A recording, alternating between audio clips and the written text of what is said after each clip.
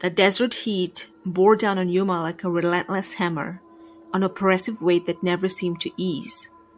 The sky was an endless expanse of blue with no cloud in sight, as if the heavens themselves wanted no part of the hell below. And in the middle of this barren land stood Yuma Territorial Prison, a fortress of stone and iron built on misery, isolation, and punishment. Back in 1875, Yuma wasn't much more than a speck on a map, but it was the perfect place for a prison, a desolate, sun-scorched town where the Colorado River seemed like the only source of life. Lawmen needed somewhere to put the worst of the worst, the outlaws who roamed the Wild West with nothing but destruction on their minds. And so, Yuma became the final stop for men who had nowhere else to go. The story of the Yuma Territorial Prison starts with irony. In April of 1875, the first prisoners at Yuma were tasked with building the very place they'd be confined in. 7 men, shackled and sweating under the blazing sun, were given bricks, hammers, and the directive to raise the walls of their own cage. They knew they were laying down the foundation of their own punishment. How's that for a twisted kind of justice? But by the summer of 1876, the prison was ready, and its first inmates were locked away inside. Back then, Yuma was seen as a modern marvel. It had electricity, ventilation, and even a library with over 2,000 books. Not exactly what you'd expect from a place that was known for breaking men's spirits. But make no mistake, Yuma was no luxurious facility. The cells were cramped and sweltering, designed to hold 6 men at a time. Each inmate had a steel bunk with a thin mattress, and that was it. During the day, the sun turned down those cells into furnaces. At night, cold winds from the desert crept in, leaving the prisoners to shiver in their own beds.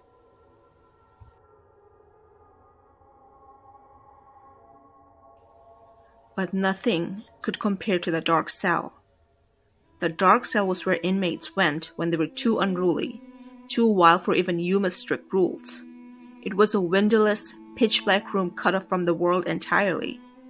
Inside, prisoners were chained to the walls with no bed, no light, and no way of knowing if it was night or day. The silence in that cell was crushing, broken only by the occasional sound of rats scurrying across the dirt floor. Some men were kept there for days, and when they finally emerged, they were often never the same again.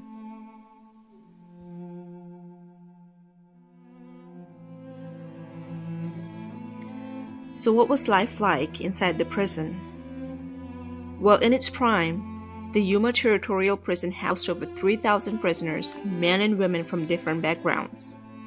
Murderers, thieves, and even some who had fallen on the wrong side of the law for petty crimes were all thrown together in this desert fortress. Among them were some notorious criminals, like Pearl Hart, a female bandit famous for her role in robbing a stagecoach. She became somewhat of a local legend, known for her daring ways and a defiance against a world that was stacked against her. While prisoners weren't always subjected to outright torture, the relentless heat and harsh conditions of the prison were punishment enough. Medical care was rudimentary and the diseases ran rampant. If the heat didn't break you, the isolation did. Guards were as hard and unforgiving as the desert itself, with rules in place to crush any attempt at rebellion.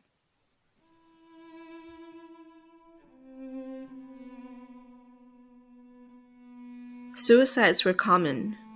One of the most infamous cases involved John Ryan, a prisoner who couldn't take the suffering any longer. He hung himself in his cell in 1903, leaving behind an eerie stillness that seemed to hang over the prison like a dark cloud. His cell, now part of the prison museum, has had visitors reporting cold drafts and an overwhelming sense of dread whenever they step inside. It's as though Ryan never truly left.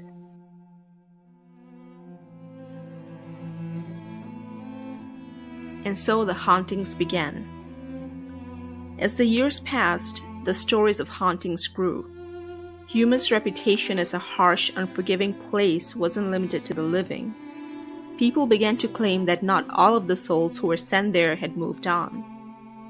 One of the most frequently reported paranormal sightings is near the dark cell.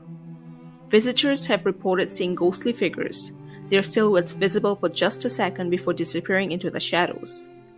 Some claim to hear disembodied whispers, murmurs of conversations, cries for help, and even chains rattling in the dead of night.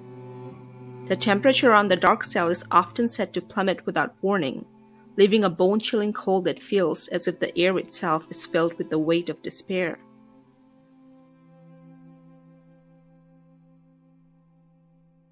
One of the more unnerving stories involves a former prisoner known only as Gus.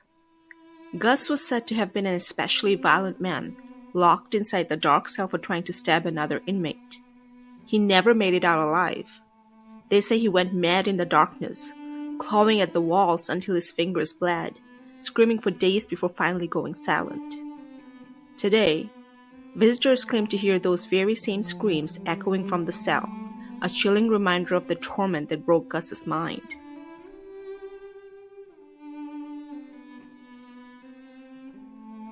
Outside the cell block, there are reports of ghostly apparitions wandering the old prison yard. Some say they've seen phantom guards, their boots clanking on the stone pathways, patrolling an empty prison with no one left to watch. Others have reported a sense of being watched themselves, as though eyes from another realm are observing their every move. There's even a story of a woman in white, believed to be the spirit of a prisoner's wife who died after bringing him food during one of Yuma's brutal heat waves. She's said to roam the grounds, looking for her lost love, forever trapped in a place of sorrow.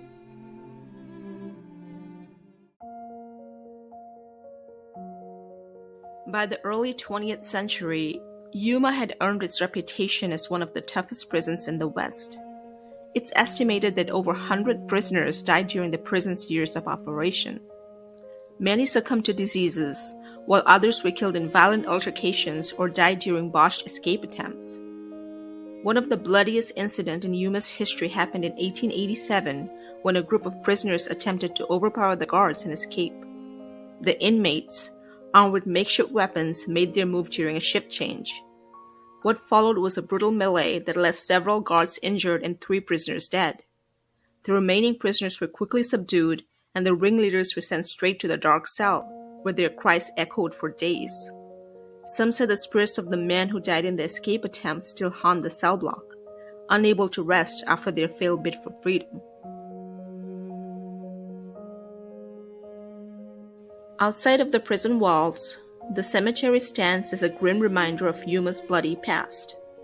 Known as Boot Hill, the cemetery holds the remains of prisoners who died behind the prison gates. Marked by simple wooden crosses, the graves are often the focus of paranormal investigations. People have reported seeing shadowy figures standing by the graves at dusk, and some say they've heard the mournful sound of a harmonica drifting on in the wind, a final farewell from the restless dead.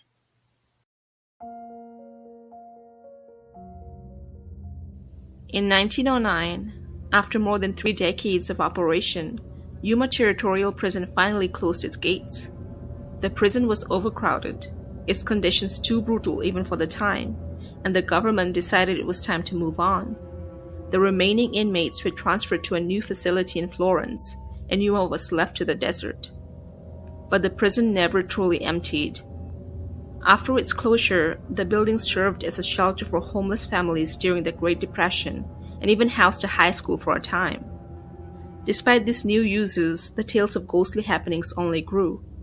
The prison became a favorite destination for thrill seekers and ghost hunters, each hoping to catch a glimpse of the spectral figures that roamed the grounds.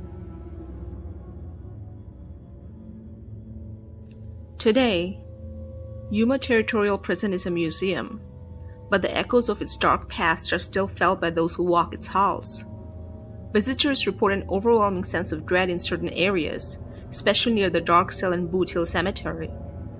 Some have even claimed to feel cold hands brush against their skin, only to turn around and find no one there. So to conclude, Yuma Territorial Prison stands as a relic of a brutal era, its walls soaked in the pain and suffering of those who were sent there. It's a place where justice and cruelty went hand in hand, where the line between life and death blurred, and where some souls may have been too broken to move on. The ghostly sightings, eerie sounds, and strange happenings that surround Yuma to this day seem to suggest only one thing. Even in death, not everyone escapes Yuma. And so, this is all I have for you today. Thanks for listening. I will try putting out more videos as much as I can. And also, I had to re-record a part several times. I kept saying Booty Hill instead of Boot Hill Cemetery, so that happened. But anyway, I really appreciate you guys. Thanks again for listening, and until the next one.